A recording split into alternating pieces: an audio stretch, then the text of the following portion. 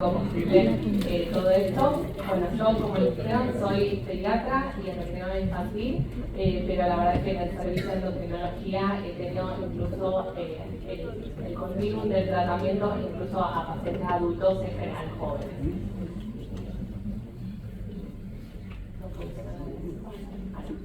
En primer lugar, a mí me gusta comenzar esta charla siempre con esta imagen, que es el tema de deconstruirse. Yo sé que muchos de los de acá son jóvenes y probablemente ya tengan algunos conceptos muy diferentes a los de gente mayores, pero la verdad es que tenemos cosas que desde la infancia venimos teniendo, como ese concepto de binarismo, como lo que se llama también heteronormatividad, como que todo lo heterosexual, lo binario de hombre y mujer es lo correcto, y tenemos que empezar a destruir estos preconceptos, porque si nosotros queremos abordar integralmente pacientes trans, deberíamos revisar primero nuestras creencias y prejuicios antes de entrar en contacto con esa persona.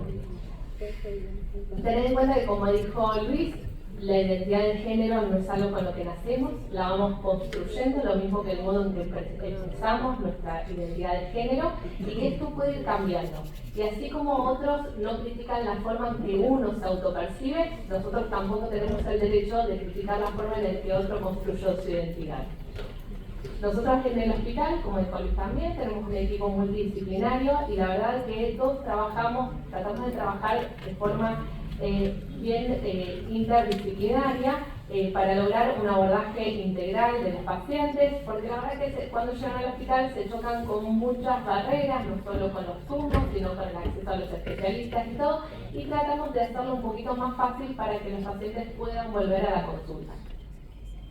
¿Qué vamos a tener en cuenta cuando vamos a atender de forma integral a una persona? Bueno, primero esto que habíamos dicho, que tratar de abstenernos de emitir algún juicio de valor o realizar una atención solo basada en las propias creencias, que no deberíamos ampliar el interrogatorio a cosas que no están relacionadas con la identidad de género o con la corporalidad cuando no lo requiero, y eso va más apuntado a la guardia. Por ejemplo, cuando ustedes entran en contacto con una persona trans, hay muchos que les parece, por su curiosidad quieren preguntarle, bueno, ¿cómo es? ¿Y qué tratamiento estás haciendo? Y la verdad es que esa persona la siente que están cuestionando mucho su identidad de género frente a esas preguntas que no tienen nada que ver quizás con lo que fue a consultar, que quizás era una simple neumonía y nada más.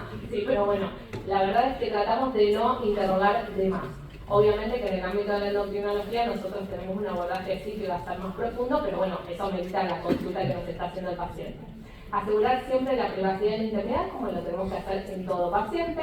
Y con respecto al examen físico, nosotros en general solemos en endocrinología dejar el examen físico para una segunda o tercera consulta. La primera consulta es más que todo para ver cuáles son las ideas, cuáles son los deseos de tratamiento, qué opciones le podemos dar, y después vamos a dejar el examen físico cuando le expliquemos bien al paciente por qué lo necesitamos hacer, y el paciente tenga un poquito más de confianza con el médico.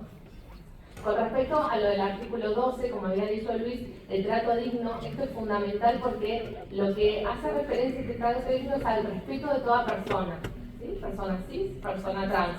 Pero lamentablemente en la ley de identidad de género necesitaron poner este artículo que tenemos que respetar a toda persona trans, porque no había este trato digno habitualmente. ¿Y esto cómo lo trasladamos al sistema de salud?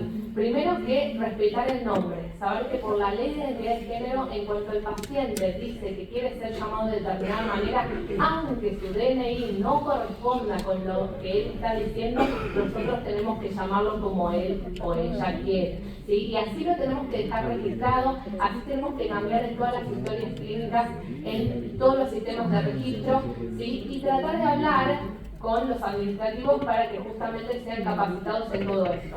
También respetar el hecho de ser internados en salas acordes a su identidad de género, siempre se lo vamos a preguntar para contar con el consentimiento de la persona trans con respecto a su internación.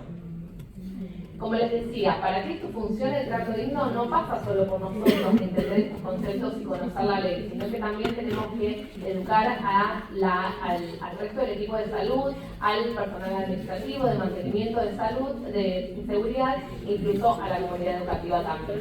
Y lo que menciona la ley, aquellos que no cumplan con esto son pausibles de sanción, o sea que si ustedes no nombran a esa persona como quiere ser nombrada, ellos les pueden hacer acciones legales.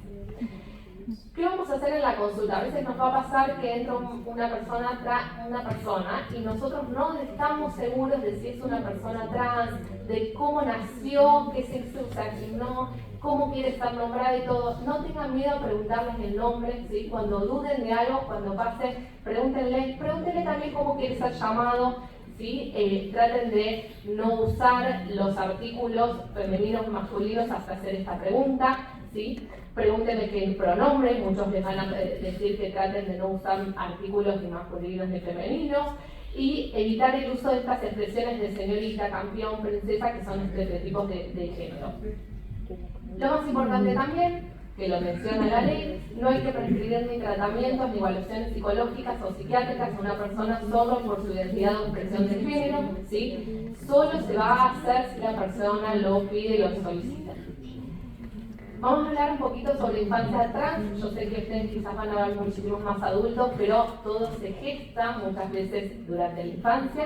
Saber que durante las infancias las identidades trans son las experiencias más negadas, incomprendidas, invisibilizadas y estigmatizadas, y que justamente el maltrato comienza por su propia familia muchas veces, y ni que hablar de lo que es el sistema educativo y del sistema de salud. Como dice en este informe de las infancias libres del 2019, y también lo había mencionado Luis, las primeras manifestaciones de una autopercepción de un género diferente, fíjense que empiezan en la gran mayoría de los pacientes antes de los 9 años.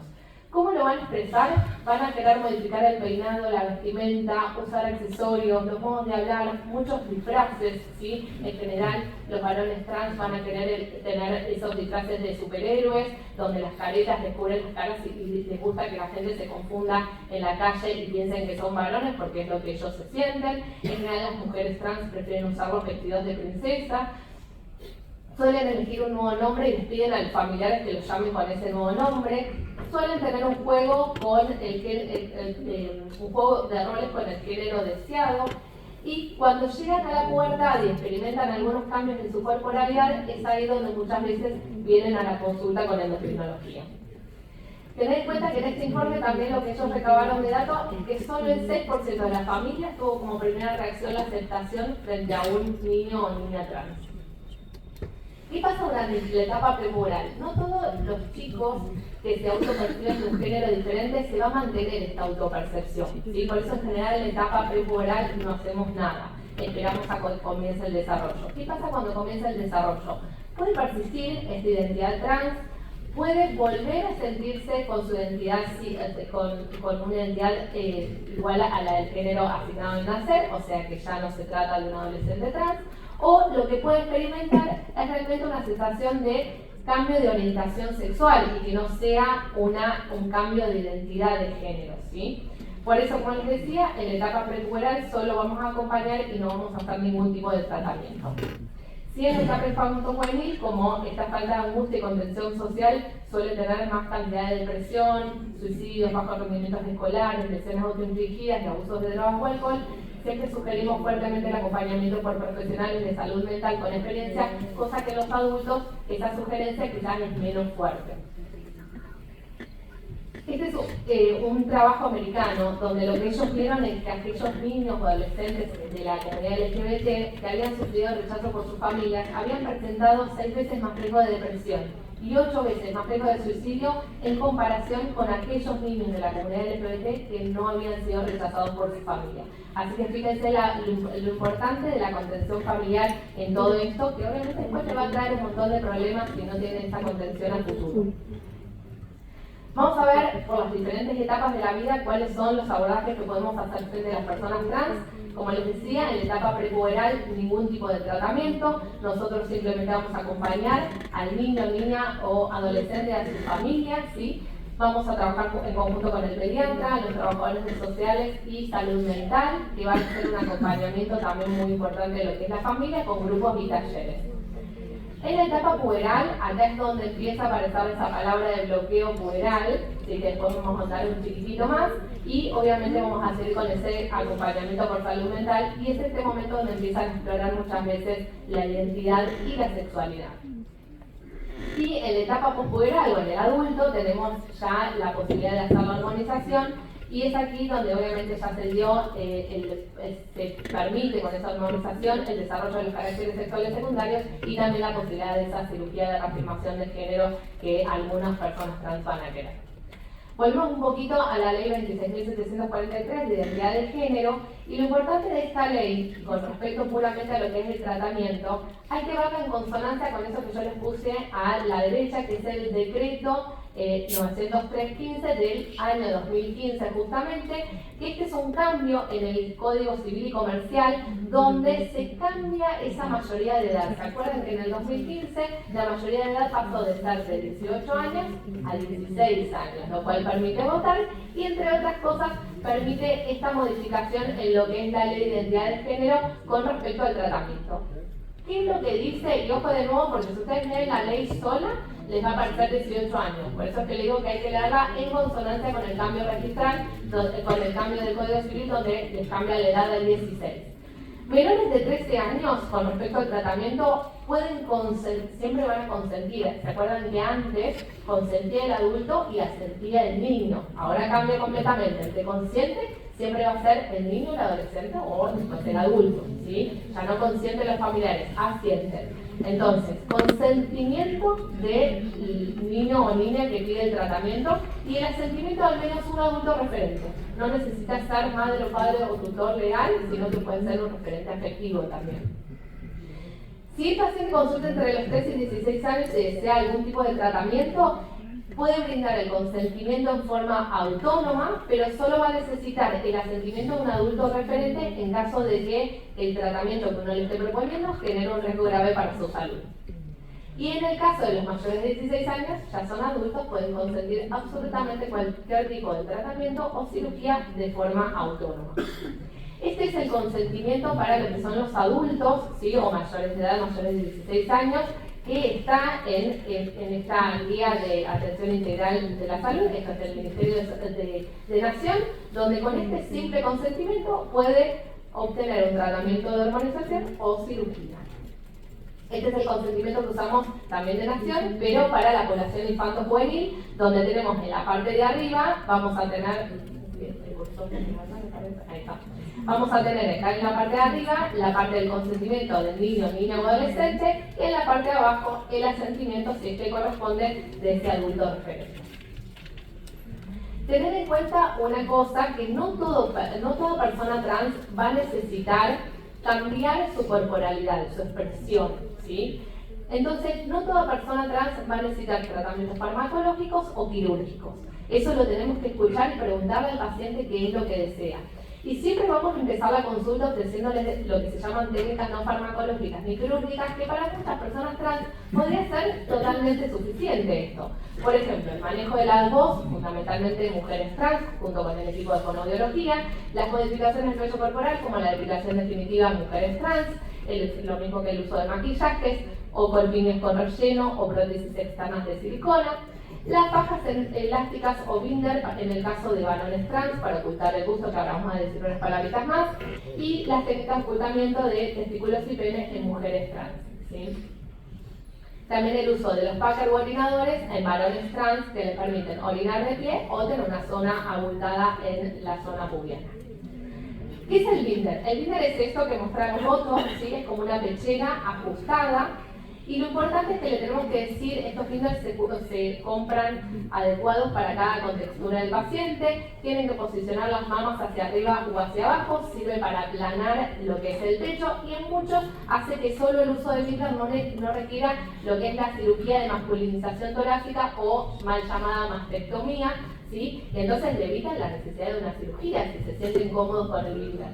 Tienen que humectar la zona con cremas hidratantes para evitar lesiones de la piel, no lo deberían deberían utilizar de noche, es más, les recomendamos 8 o 12 horas de uso máximo, evitar que se ajuste excesivamente para que no comprometa la mecánica respiratoria y les decimos que eviten usar las cintas de embalaje porque muchos, por cuestiones económicas o a veces desconocimiento de la existencia del binder, vienen con film o cintas de embalaje para lograr aplanar el busto y que no se les vea, ¿no? Estamos hablando de valores trans. Vamos a hablar un poquitito de lo que son los tratamientos, ¿sí? Inicialmente vamos a hablar del bloqueo puberal. Todos estos tratamientos por la Ley de Identidad de Género están dentro del plan médico obligatorio con cobertura del 100%, ¿sí? Y esto los pacientes les facilita un poco el acceso a esos tratamientos. Nosotros en la etapa infanto-juvenil lo que podemos usar son estos bloqueos de la pubertad, que los llaman habitualmente bloqueadores de la pubertad, son en verdad análogos de GnRH. Recordando un poquitito, bueno, ahora les voy a hablar un poco de cómo es la fisiología de esto. El objetivo es justamente darle más tiempo al niño o niña para explorar su propia identidad, permitirle el desarrollo emocional y cognitivo para tomar una decisión futura sobre tratamientos que pueden tener cierta irreversibilidad como es la hormonización con testosterona o estrógeno a futuro, ¿sí? Y evitar la aparición y la progresión de lo que son los caracteres sexuales secundarios. Esto nos evita la necesidad de cirugías futuras, mejora los resultados posteriores y lo más importante, lo que es el bloqueo puberal, para todos aquellos que cuestionan este tipo de tratamientos que usamos en los infantes trans, es que tiene un efecto reversible. Si a lo largo del tiempo ese niño o niña decide que no se siente ya más trans, esa autopercepción cambia, nosotros suspendemos el tratamiento y lo único que hicimos fue demorarle un tiempito la aparición de sus caracteres sexuales secundarios, ¿sí? Entonces este efecto reversible es lo que nos permite, por lo menos cuando empieza ese niño o niña a experimentar esas angustia frente a los cambios puberales que no coinciden con su autopercepción de género, nosotros bloqueamos esos cambios, les permitimos que vayan descubriendo un poquito más cómo se identifican, conociendo, ¿sí? Y creando su identidad de género, y si después ellos están de acuerdo con o siguen percibiéndose con la identidad de género y están de acuerdo con empezar una hormonización, en el futuro le damos la posibilidad de hacer el tratamiento con testosterona o estrógeno para verse con las características sexuales que ellos realmente se identifican. ¿Qué son los análogos de GnRH? Recordemos un poco el eje hipotálamo, hipofisario y gonadal. Empezamos con la producción de GnRH a nivel hipotalámico, que estimula la producción de gonadotrofinas, LH y TSH a nivel hipofisario, lo cual va a ir a las gónadas para estimular la producción ya sea de estrógeno o testosterona. ¿Qué vienen a hacer estos agonistas? No son antagonistas, son agonistas. Y son agonistas superpotentes de acción prolongada. Entonces lo que van a generar estos análogos es una desensibilización a futuro del receptor de GnRH. Por lo cual el efecto que va a tener después va a ser de bloqueo, ¿sí? Pero son en verdad análogos de acción prolongada, o sea que análogos superpotentes, ¿sí? ¿Cuándo los vamos a empezar? Los podemos empezar recién a partir del inicio de la pubertad. Recordemos un poquito de la parte de pediatría. La pubertad empieza en lo que llamamos Tanner 2, cuando aparece el botón mamario en las nenas o el volumen testicular mayor a 4 mililitros en los varones, hablando de la asignación al momento de nacer. Y a partir de este momento es donde nosotros, después de hacer valoraciones hormonales, confirmando el inicio de la pubertad, ya podemos estar habilitados a poder poner un análogo de GnRH si lo solicita el paciente. Estos análogos son dos en presentaciones inyectables, tenemos presentaciones mensuales, trimestrales, semestrales, ¿sí? Dependiendo de lo que tengan de cobertura, es lo que van a poder hacer, pero como ya les digo, son medicaciones reversibles, ¿sí? La única contra es justamente esto de que sean intramusculares o subcutáneas las aplicaciones, pero después lo que también tenemos es que son bastante seguras. Después les voy a decir unas palabritas. ¿Qué logramos evitar con este bloqueo puberal? En varones trans evitamos el desarrollo mamario. De nuevo, si no hay desarrollo mamario, no tengo necesidad a futuro de hacerle una masculinización torácica. Por el otro lado, el hábito corporal femenino. La baja talla, entre comillas, la verdad es que la estatura no se modifica mucho a futuro, eso está mal determinado genéticamente, realmente que es una cuestión cromosómica.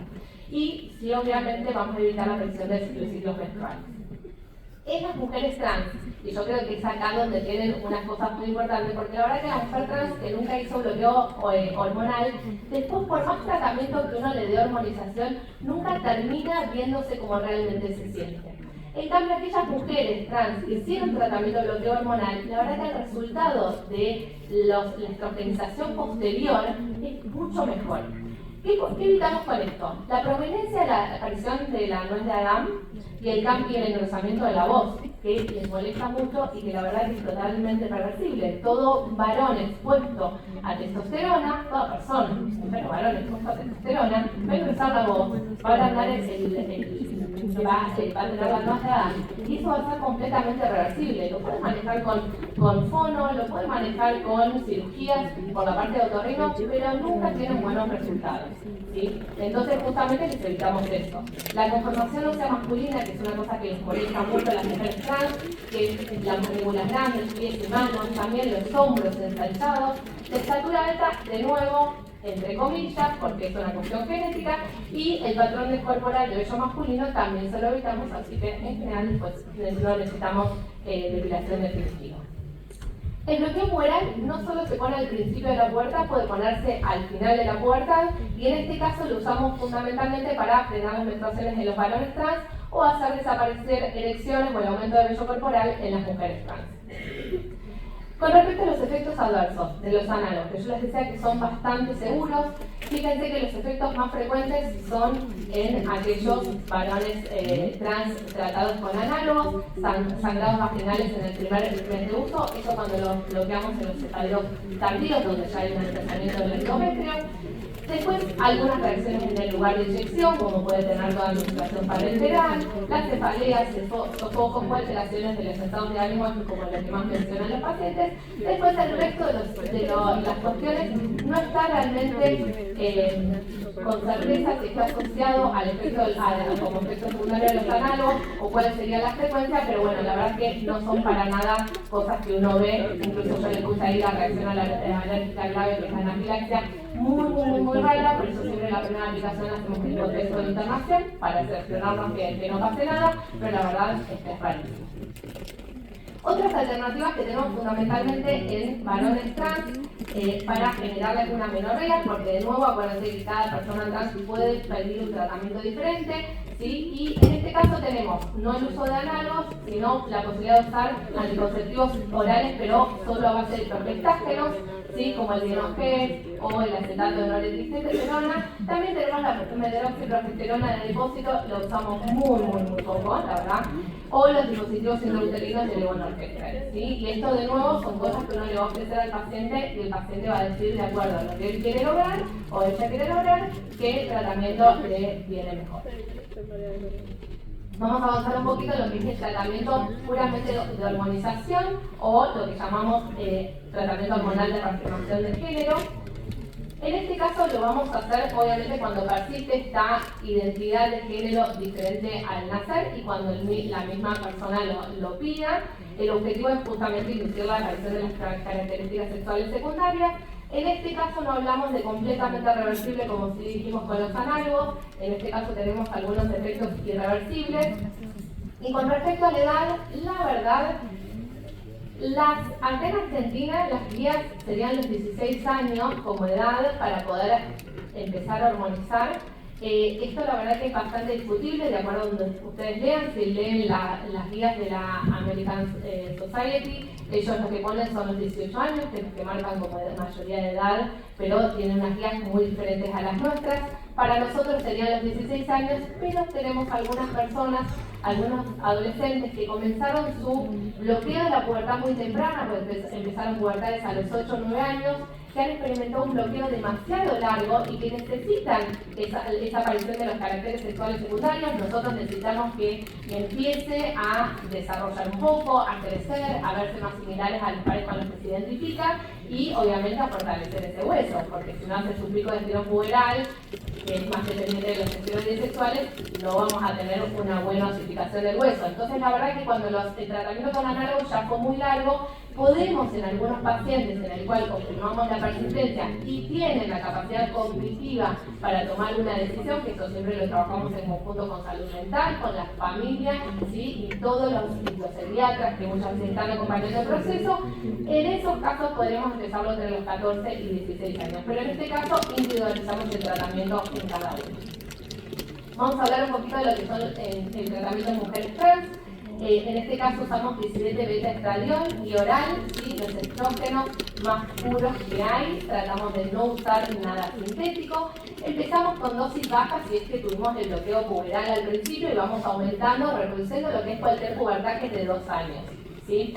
También tenemos la posibilidad de empezar no en estadios tempranos, que este sería en este recuadro, en la parte de arriba, es cuando comenzamos tempranamente. Empezamos y vamos aumentando cada 6 meses despacito. Si empezamos en los estadios más tardíos, podemos hacer un aumento más rápido. Empezamos con 1 miligramo y después avanzamos a 2 miligramos a los 6 meses. Ya el tratamiento en mujeres trans adultas tenemos otras opciones. ¿Sí? Vía oral seguimos con el valerato estradiol, que pueden requerir dosis de 2 a 6 miligramos, pero también tenemos acá la posibilidad de usar geles o parches de estradiol, que no los podemos usar en la inhibición puberal porque tienen dosis mucho más altas, pero sí ya los podemos usar en este y por ejemplo en los casos que tengan triglicéridos elevados, cuadros metabólicos, nosotros preferimos la vía transdérmica de administración de los estrógenos que tienen menos impacto metabólico.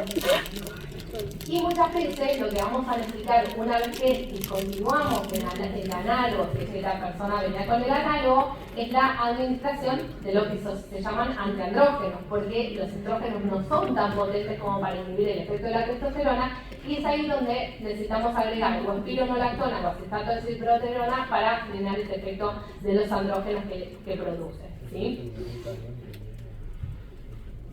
¿Cuáles son los efectos esperables frente a este tratamiento? El crecimiento mamario, la redistribución de la grasa hacia un aspecto más femenino, obviamente se reduce la grasa muscular, la piel más suave, menos grasa, obviamente que se disminuyen las erecciones, fundamentalmente en aquellos que están con antiandrógenos, y esto es importante porque siempre le vamos a preguntar a esa persona trans si tiene relaciones, ¿sí? Con penetración, porque si quiere tener erecciones, los antiandrógenos no son una buena opción, porque reinhiben las erecciones, ¿sí? Y ojo que en esto algunos te lo dicen, quiero verme más femenino, pero quiero seguir pudiendo tener erecciones. Entonces vamos a decirle que los antiandrógenos no los debería usar. Disminuye el volumen testicular con el tiempo, disminuye el vello facial y corporal. Pero fíjense lo que demora el efecto. Esto fundamentalmente cuando comenzamos, incluso en la vida adulta, son 2 a 3 años, ¿sí? Que ahí podemos comenzar con dosis mayores.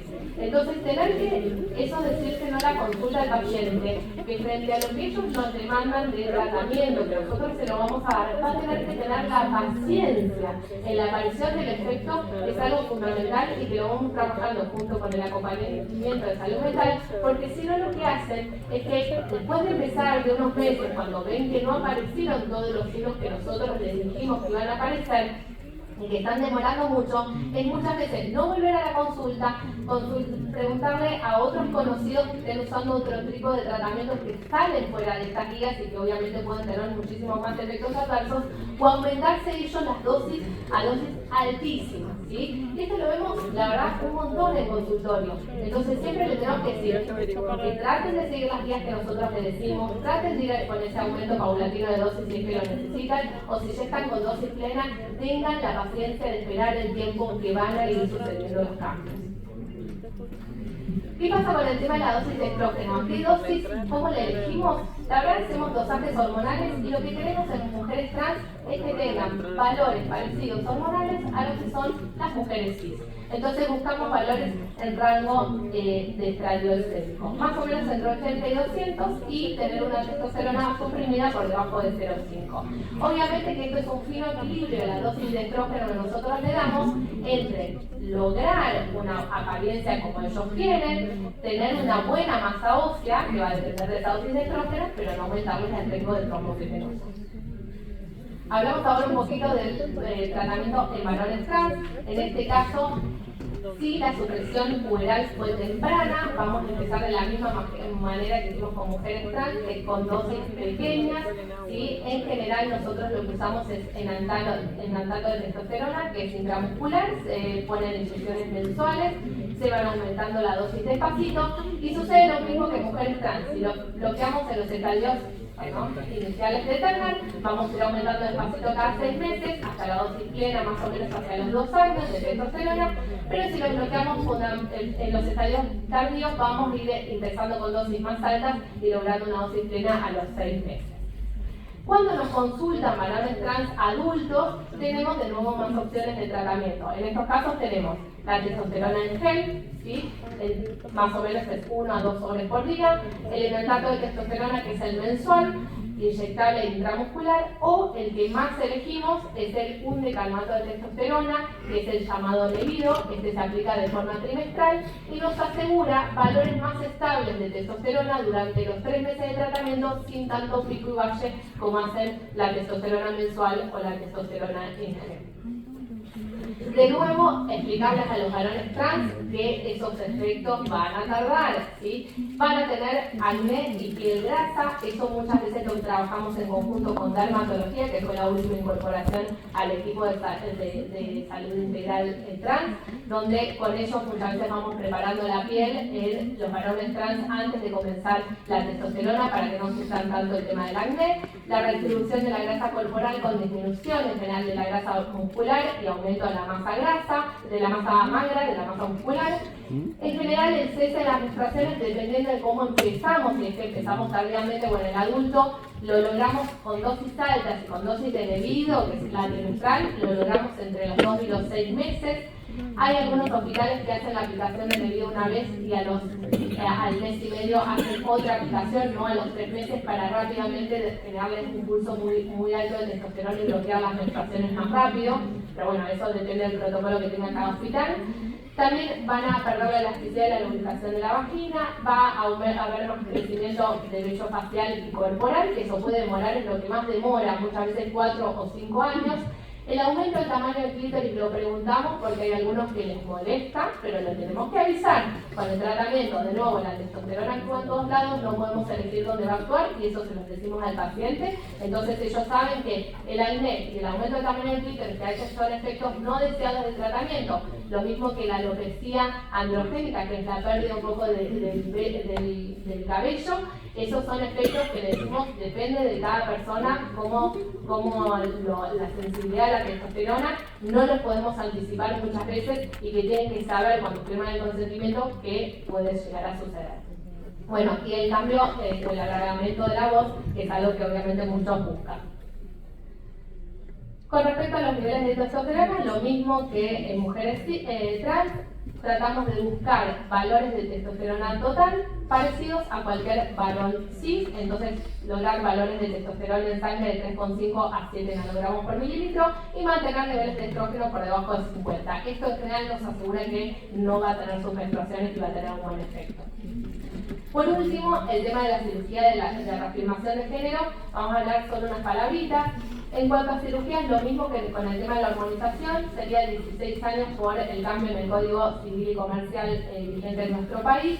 No requiere autorización administrativa ni judicial, no requiere estar bajo terapia de hormonización. Ojo, porque muchos varones trans empiezan con la masculinización torácica antes de comenzar cualquier hormonización y no requiere evaluación psicológica o psiquiátrica. Esto es lo que dice la ley. De nuevo, cada equipo va a trabajar diferente. Nosotros, cuando una persona trans nos viene a consultar endocrinología o a cualquier integrante del equipo de salud integral, nosotros les sugerimos fuertemente una consulta con salud mental para hacer lo que se llama acompañamiento del proceso de transición.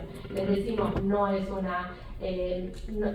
realmente un tratamiento psicológico, no es que te van a cambiar lo que vos pensás, es simplemente te van a acompañar en este proceso que va a generar bastantes angustias, porque por más seguro que está la persona que viene a consultar, siempre termina con alguna angustia durante el tratamiento.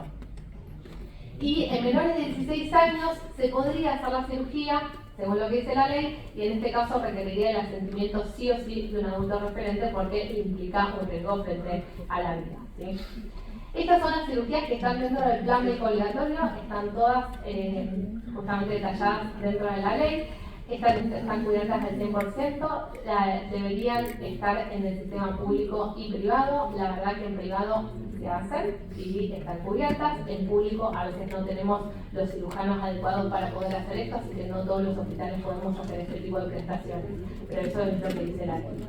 Y acá les dejo unas guías, ¿sí?, que pueden dar recomendaciones tanto de adultos como de niñeces trans, ¿sí?, para que tengan en cuenta, y estamos abiertos a preguntas que yo creo que sobre esta temática debería haber. Sí, bastante. Muchas gracias.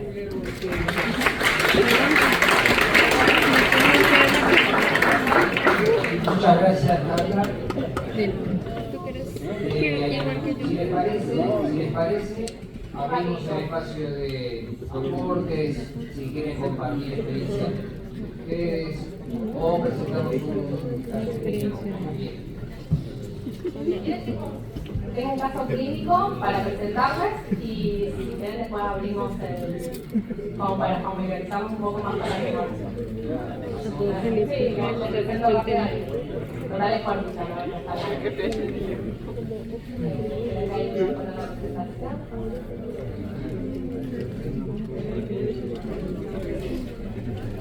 esto para traer el caso clínico, justamente todo lo que hablamos lo vamos a traer un poquito a la práctica, ¿sí?, para ver la realidad de lo que nos podemos encontrar. Obviamente yo les dije, yo soy endocrinóloga de tanto por mí, así que yo los pacientes que en general son menores de 18 años los que me consultan. Este Jerónimo es un paciente de 15 años y 10 meses. ¿Sí? El motivo de consulta fue justamente el cambio de género. Era un paciente que era sano, antecedente de menarca a los 12 años, se autopercibía como Jerónimo desde los 8 años, pero sus sentimientos se habían intensificado en la pubertad. Jugaba fútbol en el equipo femenino, iba al colegio católico, pero ya en el colegio católico había logrado que lo anoten como Jerónimo desde hacía 2 años, que era Jerónimo para todos sus compañeros. Tenía poquitos amigos, pero tenía el apoyo del hermano, de la hermana, de la madre, pero no del padre. Como antecedentes familiares, la mamá tenía hipertensión, el padre tenía Parkinson, pero también abuso de drogas y tenía una muy mala relación con el paciente, no aceptaba el tema de su identidad de género, tenía antecedentes de diabetes en la familia, de esclerosis de Chagas. Al examen físico estaba eutrófico con un peso de 53 kilos, 1,56, ¿sí? Acuérdense, los varones trans por cuestiones genéticas siempre se van a ver más bajos que los varones cis en general. Después el examen físico estaba todo normal, un desarrollo puberal completo, los ciclos menstruales eran regulares y tenía un poquito de acné, pero nada de su tipo. Como expectativas del tratamiento, se va charlando qué es lo que quiere, qué es lo que no quiere. Muchas veces empezamos a hablar de las posibilidades de cirugía, si ellos lo quieren a futuro o no, o si es algo que quieran desde el principio. Y siempre tratamos de charlar el tema de fertilidad en cada una de las consultas. Yo no se los puse porque para no hacerla tan larga, pero siempre todo tratamiento, más que todos los de hormonización, pueden llegar a afectar la fertilidad y nosotros no sabemos si esa persona después de haberlos expuesto a testosterona o estrógeno van a recuperar su fertilidad íntegramente, entonces se les tenemos que plantear desde el principio del tratamiento. Lo que nos decía es que lo más importante era frenar las menstruaciones, pero que también quería crecer, que era aumentar su talla porque salía bajo para ser un varón, que quería engrosar la voz y que quería un aumento del vello corporal. Por ahora, cirugías no había dicho, quizás más adelante, pero no estaba interesado en preservar nada de la fertilidad, que también le decimos, si querés asegurar que fertilidad a largo plazo, siempre hay que preservar antes de empezar cualquier tratamiento, y la preservación lamentablemente no está cubierta por el sistema de salud público, por más que la ley lo diga, porque no tenemos dónde hacerlo, ¿sí? Es todo privado. ¿Qué se le hizo? Bueno, primero le informamos sobre el uso del Trinder para ocultar el busto, se le solicitó una evaluación cardiológica, ginecológica, la edad ósea, la densitometría y el acompañamiento por salud mental. Nos trajo una ecografía mamaria normal, una ecografía transvaginal también normal, un tamaño uterino ya adulto, un endometrio engrosado, ovarios normales, lo he dicho ahí en el límite, pero normales, un perfil, una rutina normal, hemograma siempre que vamos a empezar algún tipo de tratamiento, fundamentalmente con testosterona, como efecto adverso puede tener la poligloburia, entonces siempre tenemos que partir de una buena hemoglobina y hematocrito no tan alto para poder empezar el tratamiento, ¿sí? Un perfil metabólico perfecto, lo mismo que el perfil fosfocálcico, perfil tiroideo normal, tenemos gonotrofinas normales. Para nosotros, por lo menos nosotros en endocrinología, estamos acostumbrados mucho a pedir un perfil hormonal, por más que sabemos que en general no va a haber alteraciones hormonales, pero es el último vistazo a las hormonas antes de empezar a modificarlas, así que siempre en general le vamos a pedir un perfil androgénico, delta-4, diasulfato, 17-hidroxiprogesterona y testosterona, estaba todo en rango para lo que es su sexo asignado al azar, ¿sí? Y así que estábamos todos en condiciones de poder arrancar cualquier tratamiento. ¿Cuáles fueron las opciones que le planteamos de tratamiento? Bueno, como tenía 15 años, todavía no tenía los 16 años, una opción era hacer los análogos. Pero siempre le explicamos cuál es la opción y cuál es el efecto. Si le damos un análogo, lo único que íbamos a generar a Jerónimo es el cese de las menstruaciones. La aparición de vello, del cambio en la conformación de su cuerpo y todo, la verdad es que no la íbamos a lograr, solo frenar las menstruaciones. Lo mismo si le damos progestágenos, anticonceptivos con progestágenos, solo frenamos menstruaciones. La testosterona era la única opción si además de frenar menstruaciones queríamos darle su cambio en lo que era su aspecto corporal. Ya con 16 años nos trae lo que estaba pendiente, que es la evaluación cardiológica normal, una densitometría normal, un Z-score en columna lumbar de menos 0,6, una edad 12 de 17 años, con lo cual también le dijimos a Jerónimo, lamentablemente Jerónimo, su estatura ya es una estatura final adulta, así que ahí es donde traemos las expectativas del tratamiento, los deseos de tratamiento a la realidad. Y Jerónimo se nos pone a llorar en el consultorio porque no va a crecer más. Ahí es donde también manejamos con el equipo de salud mental y les decimos anunció frente a esta temática, acompañarlo en este proceso porque le acabamos de dar la información de algo que él esperaba del tratamiento que no va a suceder, ¿sí? Yo en general en eso trato de ir diciéndole bien qué puede pasar y qué no puede pasar con el tratamiento porque me gustan las falsas expectativas. Tiene una evaluación ginecológica normal, ya estaba en el acompañamiento por salud mental, había comenzado a usar el Binder. Bueno, le explicamos entonces lo del crecimiento. Por decisión del paciente que él quería el tratamiento con la testosterona, la verdad que quería esos cambios en apariencia, pero no quería inyectarse. Entonces nosotros le propusimos el testosterona inyectable, sí, pero no quería, tenía miedo a las agujas, entonces se comienza con androlona en gel, medio sobre por día, en una dosis bajita para ir viendo cómo se sentía, tenía 16 años, ¿sí? Obviamente se vuelve a hablar sobre fertilidad, los efectos adversos del tratamiento y se firma el consentimiento informado. Ya a los 2 meses de tratamiento, con medio sobre por día, es una dosis muy bajita, porque yo les dije, las dosis adultas son de 1 a 2 sobres, la mayor parte tiene sobre y medio, 2 sobres, ¿sí? De tratamiento. Todavía seguía con los sangrados, pero ya duraban menos, ¿sí? Obviamente eso lo esperábamos y le habíamos dicho, es una dosis baja, los sangrados pueden venir irregulares, pero es raro que se corten. Había empezado un poquito el acné, así que hizo el control con dermatología. Tenía todo un laboratorio normal, no había poliglobulia ni nada, pero cuando hacemos el laboratorio nos encontramos un valor muy alto de testosterona. Demasiado alto para ese gel que le habíamos dado, que era medio sobre. Esperamos un valor de 1 o 2 de testosterona. ¿Qué pasa? Y acá es cuando traemos a la realidad todas estas cosas. Tener en cuenta que a veces los adolescentes, y los adultos también, abusan de las indicaciones que nosotros damos. Y entonces, esto de que yo les decía, el efecto, probablemente Jerónimo, después de unos días de estar con la testosterona, no vio mucho cambio, y ellos, el adolescente tiene una característica que igual también lo veo en los adultos jóvenes que trato, es que quieren todo ya. Es una característica del adolescente. Si me decido algo, quiero ya. El adolescente, el largo plazo es mañana, pasado o como mucho fin de año. Pero el adolescente no piensa a 3 años, a 10 años como si lo puede pensar un adulto. Entonces, lo más probable es que Jerónimo se estaba aplicando mucho más de lo que nosotros le habíamos dicho, ¿sí? Entonces lo que hicimos es, mira Jerónimo, esto no va, tenemos que ir a la opción sí o sí inyectable para completar el tratamiento, vamos a lo que se llama el testosterona, media pollita, que es lo equivalente a la media, al medio sobre de androlona. por mes y vamos a ver tus análisis. Vuelve a los 3 meses, había aumentado el peso en los miembros inferiores y lo que vemos en los análisis es un valor de testosterona más lógico. Todavía no estoy en rango donde yo quiero estar porque tiene una dosis baja, pero fíjense que de 8 bajó a 1. Ahora sí está aplicando la dosis que nosotros le habíamos dicho, ¿sí?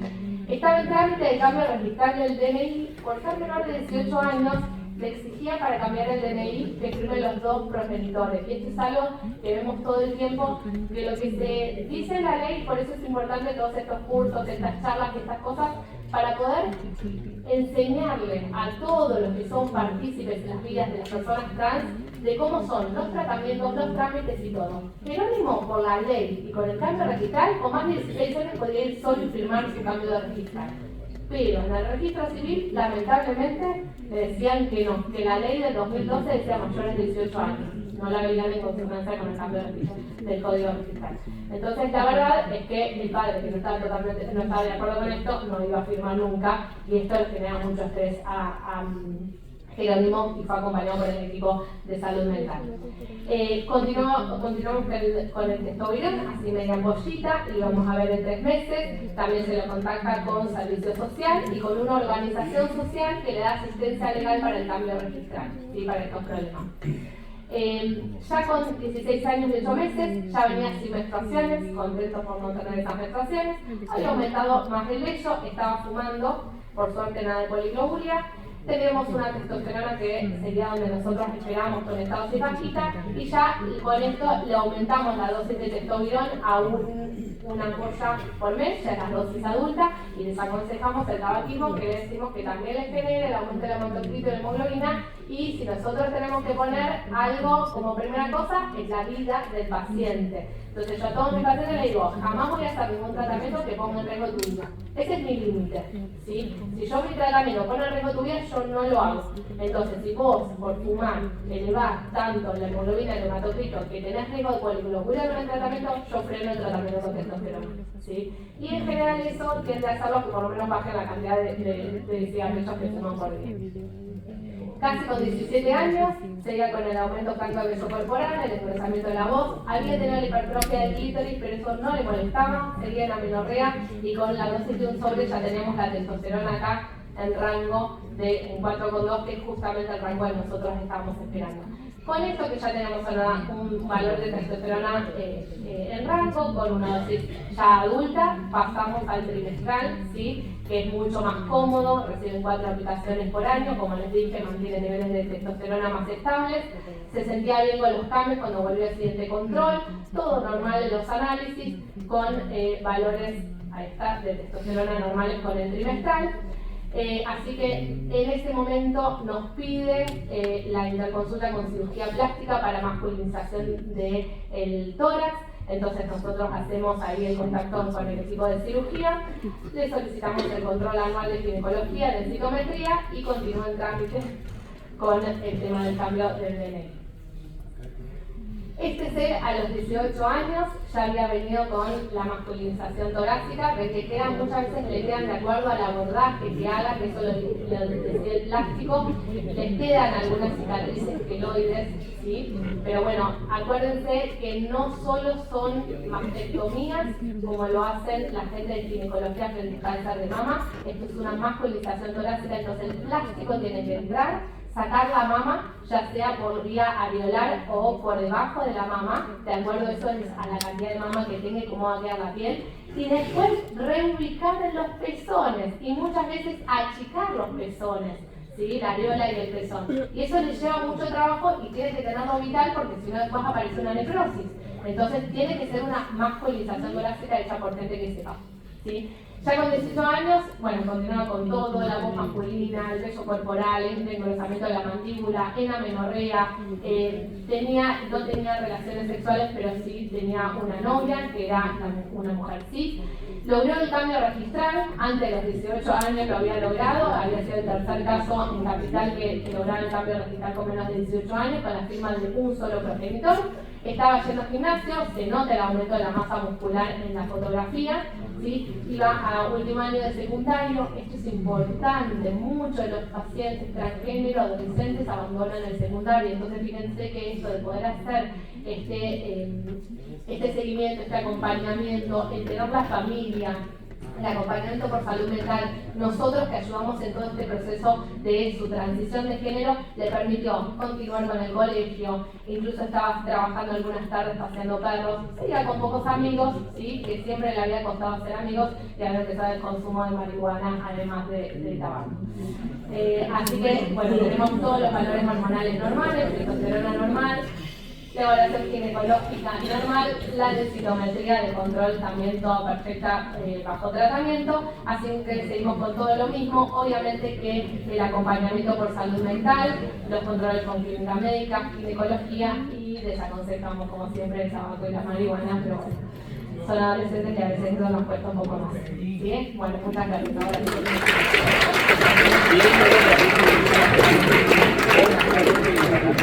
Muchas gracias, Carla. Bueno, abrimos el espacio para aportes, experiencias que quieran contarnos.